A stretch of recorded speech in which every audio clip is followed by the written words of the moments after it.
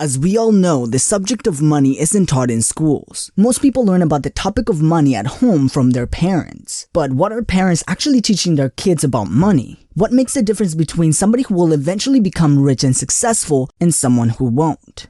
So today, let's go over 10 things the rich teach their kids about money that the poor don't. If you like videos about business, money, and psychology, make sure to subscribe and hit that bell button to not miss any of our value-packed videos. And I got a big surprise for you at the end of this video. And let's get started. Number 1. Rich parents teach their kids the importance of money. Virtually all self-made millionaire or anyone who've achieved financial success believes that money is very important and is one of the first things they teach their kids about money. Rich parents often show how important money is regardless of whether they believe money is important for happiness or not. They know that money is important to have options and a better quality of life, even if they only consider money as a resource and nothing else.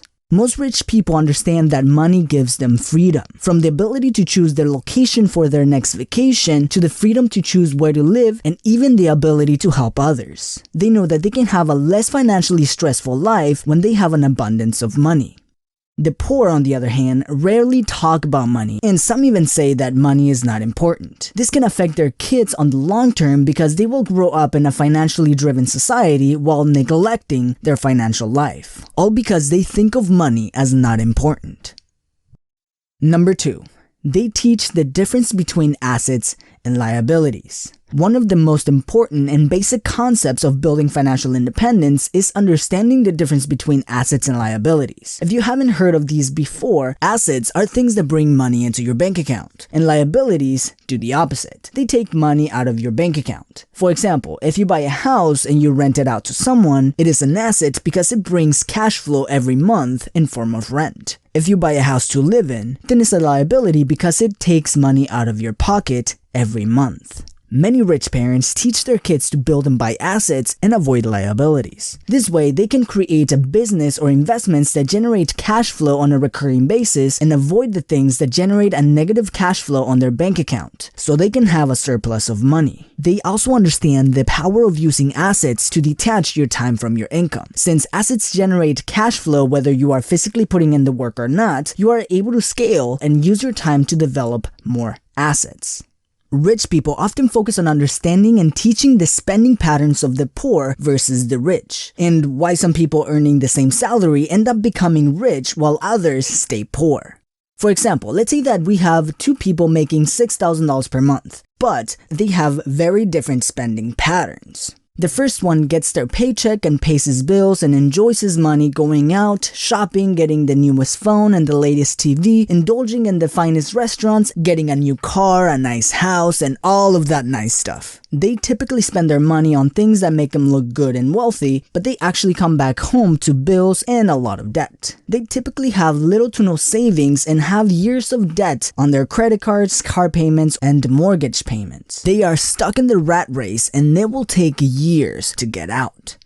Now, let's see the second person. He also makes $6,000 per month, but this person does not buy a nice house or a nice car. He doesn't go out every weekend and he doesn't go to the fancy restaurants. He occasionally buys clothes when he needs them, but he doesn't follow the fashion trends every season. He lives on a $3,000 a month budget and puts away the other $3,000. By the end of the year, he has $36,000 and puts them into cash flow investments that increases his monthly income. He continues living on his $3,000 a month budget, and by the following year, he's able to invest not $36,000 but $40,000 since he increased his income into investments that generate cash flow. 10 years later, these two individuals will be in two completely different places, all due to their spending habits. There's a quote from Robert Kiyosaki that says, "Looking good, but going nowhere," which means that many people spend their money to look rich while actually being poor. In the meantime, rich people look poor while getting rich.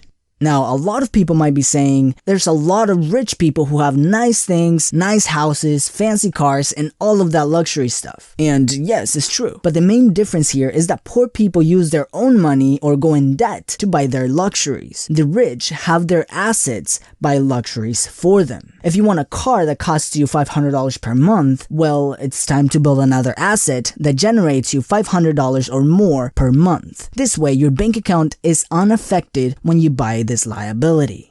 That is another crucial element that many rich parents teach their kids.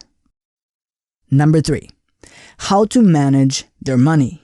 A very good way many wealthy parents teach their kids about money is by letting them into their planning and managing of their household expenses. Many of these parents include their kids when they go over their financial statements and plan their budgets. They often familiarize their kids on the reality of having living expenses. This gives their children the experience of managing money from an early age, which can help when they grow older and they have to manage their own money. This is a big contrast to many parents with a poor mentality. The majority of parents rarely talk about money, especially their own income. They typically plan their monthly budgets without their kids, if they even plan at all, and often associate a negative attitude when planning their monthly expense budget. Oftentimes, parents argue and express negative feelings about planning their monthly budgets, causing their kids to take on similar planning patterns, which translate to similar behaviors later in life. Rich parents know that living expenses are a reality of the modern life and focus on associating good emotions on their living expenses. As odd as that might sound, many people are grateful for those living expenses because it provides them with a roof over their heads and the ability to live comfortably. Number 4, the different ways of earning money. One thing that I've noticed many wealthy parents teach their kids is the different ways to earn money. Did you know that the daughter of former President Barack Obama had a normal customer service job? Many other wealthy people have their kids get a normal job. There are a few reasons for this, but one of them is to be able to have them experience the different ways money is earned and teach them how each of them work. For example, one of them is exchanging time for money, whether that is working on a job or freelancing. The second is to build systems that generate you money or having money work for you, like building a business and leveraging the time of other people as employees, leveraging online systems that provide automation, or using money to buy assets that generate income for you, which is illustrated in the book Cash Flow Quadrant by Robert Kiyosaki. The rich focus on understanding and teaching these principles to give their kids the freedom to not be stuck in only one way of making money, but give them the ability to learn the other ways money is made. On the other hand, most poor parents only know one way of making money, which is typically exchanging time for money, and sadly is the only thing they teach their kids, and they eventually grow up only knowing one way to make money, which limits their true earning potential. Number 5, developing productive habits. The rich know that it's not what you do that makes you wealthy, but what you do consistently. If the wealthy parents are self-made, they know that in order to achieve financial wealth, they must work and carry out their plans on a consistent basis. It's not just about taking action once or working hard once, but doing it over a prolonged period of time. And the best way to do that is by building habits, things that you come to do naturally. So many wealthy parents focus on developing productive habits on their children so they can attract wealth themselves more naturally in the future. This can be as simple as starting their day with a set of accomplishments or to always look at how they can bring value to others. Not only that, but many wealthy parents teach their kids how to build their own habits. Learning how to build habits is one of the best skills anyone can have. Understanding the psychology behind modifying your own habits can be extremely powerful for a child's long-term success. Number 6, no one owes you anything.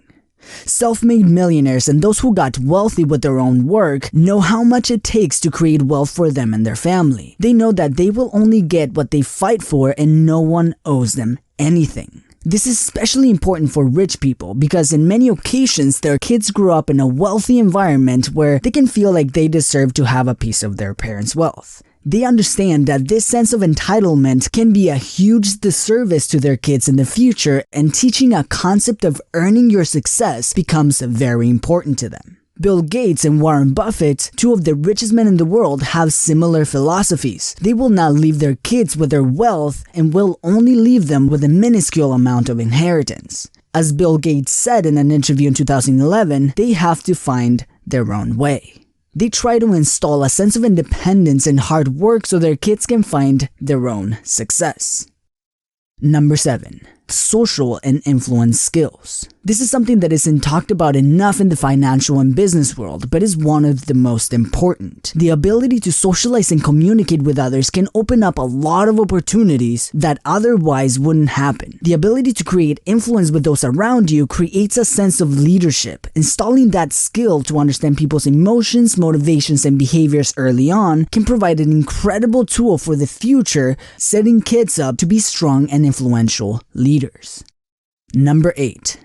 Delayed gratification. In other words, patience. The rich understand that completing a massive goal and building wealth takes time, and they must be patient while working hard at their craft. And that is one of the skills they often teach their kids, that eventually their hard work will pay off. The majority of people prefer short-term pleasures like buying the nice car or the fancy house right away, or they might start a business and leave when it's not profitable in the first year, and they pass down the same behaviors to their children.